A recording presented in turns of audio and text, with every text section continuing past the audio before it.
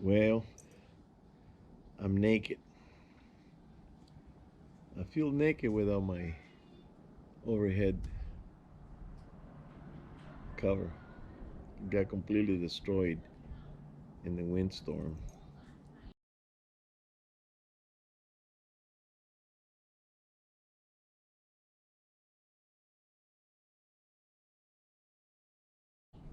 50, 60 miles an hour wind. My coffee.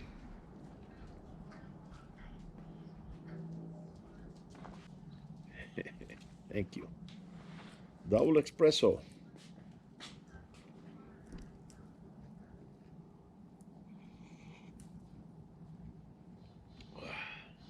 So we bought those poles to repair the palm tree.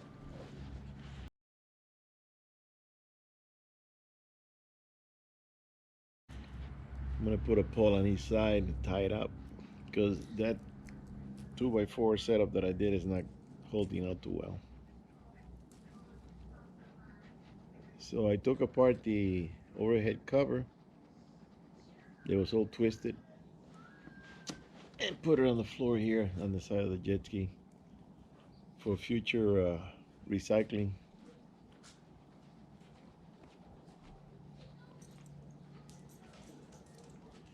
And let's see, we're gonna wait a couple of months because we might get another wind. It's in winter time, you know, the Santa Anas they blow. And by the way, Santa Ana doesn't mean what people think it means. Santa Ana, there's a town down in Orange County called Santa Ana, but the actual uh, meaning of the actual word first is Satana, not Santa Ana. Satana means Satan, and the winds are so strong, or they were so strong every year. Sometimes some other years than others are stronger. And the Mexicans call it Satana, the Satan wind, because it will knock down trees and rip out roofs and overturn vehicles and big dust storms in the country, in the desert, whip up trash, and it's been doing it for centuries. So it's Santa Ana is the American pronunciation, like most of the Mexican, most of the Spanish, not Mexican is not a language. Most of the Spanish words are mispronounced to the English. So the actual word is Satana, which is Satan, because those winds are devilish. It's like the devil whipping up the wind. What happened here a couple of days ago, I've never seen in this area. I've been here for almost 15 years. And there's a lady on next door that said that she's been living here for 40 years and she's never seen it like that. She's never seen winds destroy stuff like that. So me personally, I know now what the people from the Midwest go through almost every year when they get a tornado. Um, the tornadoes, they destroy complete homes, not just knock down a few furniture in the patio. What happened here to us is just minimal compared to what happens to those people over there. And I have a design in mind that I just have to put it down on paper. I gotta draw it on the computer. I just don't have the time right now. But I have a design for a almost 100% proof, tornado proof home. It cannot be made out of wood, that's for sure.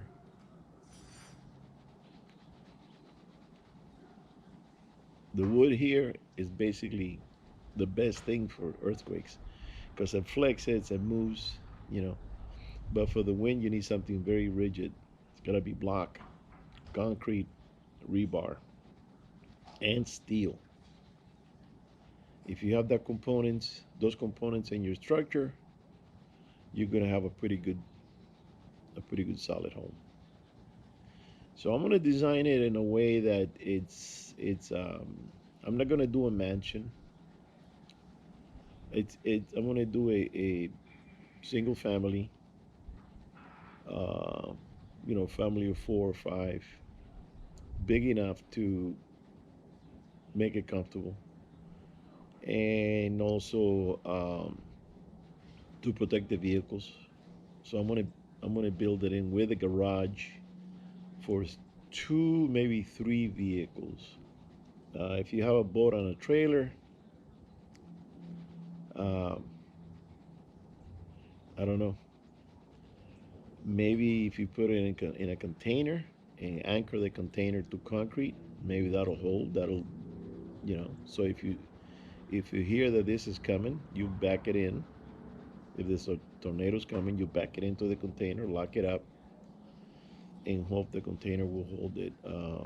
I seen a lot of destructions, and if you don't have the container tied down, it might go flying also if it hits it right.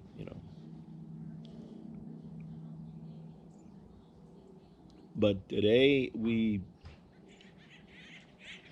raked up most of the leaves, and I have this blower vacuum combo, so you can use it as a blower, and then it has a connection on the bottom with a suction tube that's about 7 inches, 8 inches wide, and you pile up your leaves in different piles, and then you come over. It's got a huge bag attached to your shoulder, and it sucks all the leaves and it chops it up into fine pieces, and then you can dump it. So I dumped like 3 bags full, and the patio is pretty clean. The rest I'm gonna leave it for the gardener because I blew a lot of the stuff that's behind the bushes and the stones and back in here in the planters. So it's a lot cleaner than what it was. It was full of leaves, and I still got to reduce some of the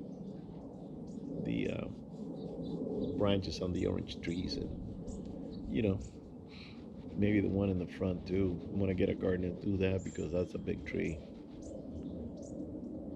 So I'm also looking at a. I've been looking at different toy haulers because, like I said before in my video, I'm considering on I'm getting a side by side in a toy hauler. This is the Flor of the Antillas, the flower of the Antilles cigar. Normally, it's a good cigar. It's got the flavor, but for some reason, the leaves, the wrapper on the outside is kind of dry, and it's been cracking and peeling. I don't know if, and I didn't buy it too long ago, so I don't know what's going on. Okay, so going back to the toy haulers, there is a problem.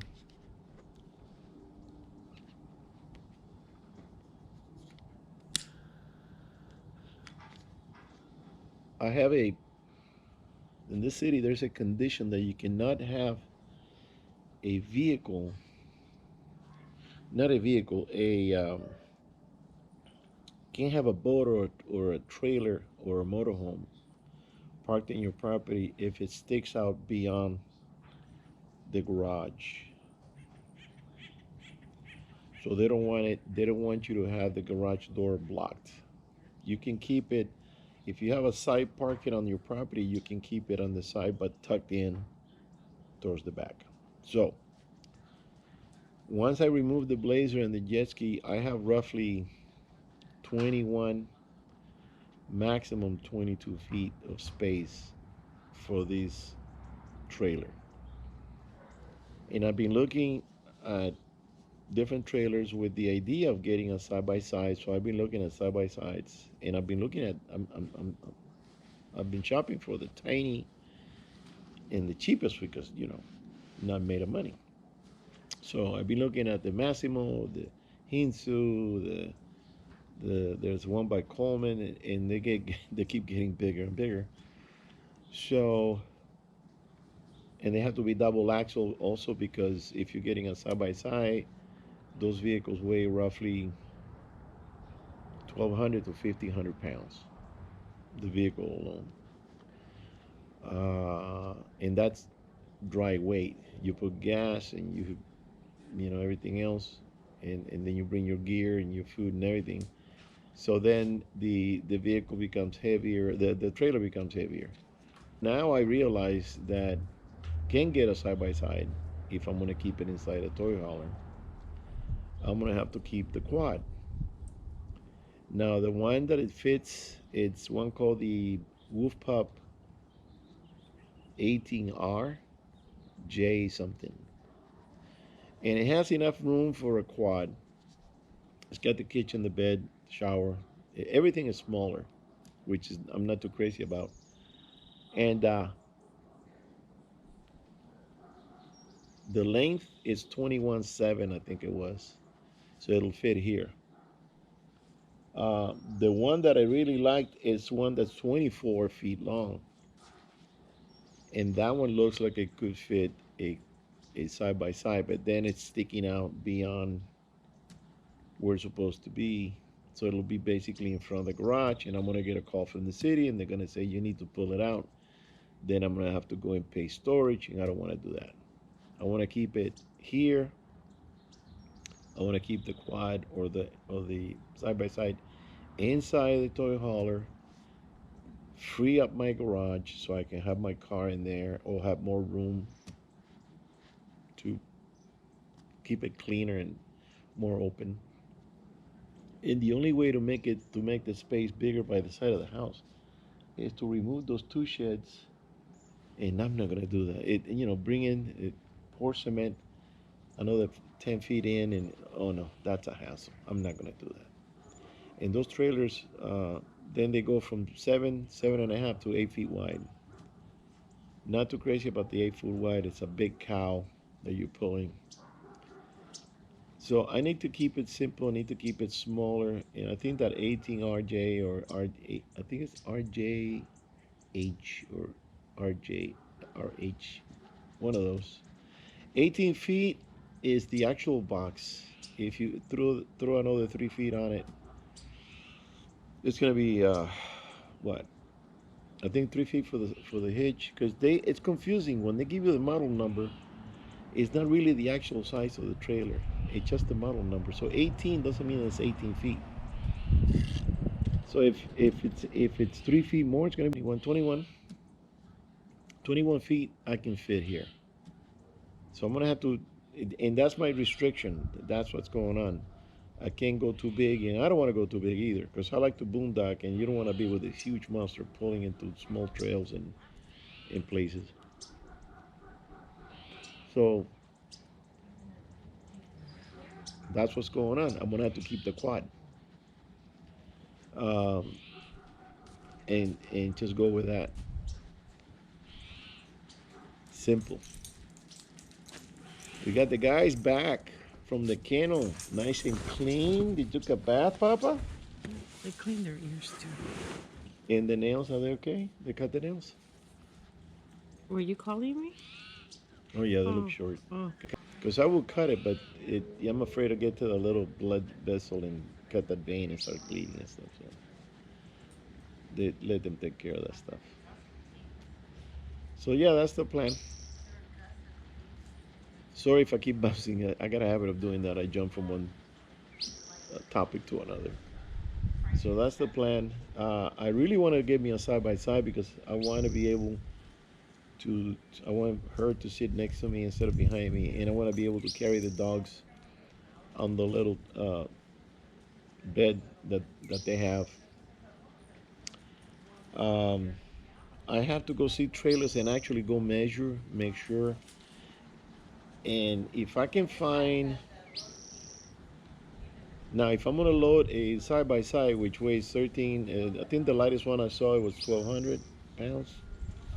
If I'm gonna load 200 pounds on a trailer, it's gonna have to have double axles. You can't do it. You shouldn't do it with a single axle. you're risking having a problem. So if I can find a short trailer that it'll fit here, double axle, with enough room for the side by side, and try to find the smallest side by side that I can get. I think the smallest one is the Kawasaki Mule. I think that was the one. And I went to see, and I kind of like them. They're small, but they get around pretty good. I saw one here at there's a store here called Bert's, and they have a huge selection of racers and fast bikes with the seating for four, for six, and they only had one mule, and it was going for 12, and it sold like that. I went to see it on a Wednesday. I went back on a Friday, and I took her to check it out. They already had a sold tag, so it was gone. So that's about the only one I can probably fit in there. So if I can do that combo, that would be perfect. I can have both worlds. Enough room to put my gear in the back, and if I have a deer, put the deer in the back. Uh,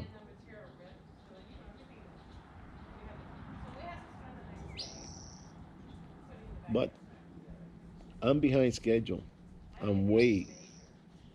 So yeah, too much on my plate. All right, guys. This battery is almost dead too. I'm gonna let you go, and I'll see you on the next one. Thank you.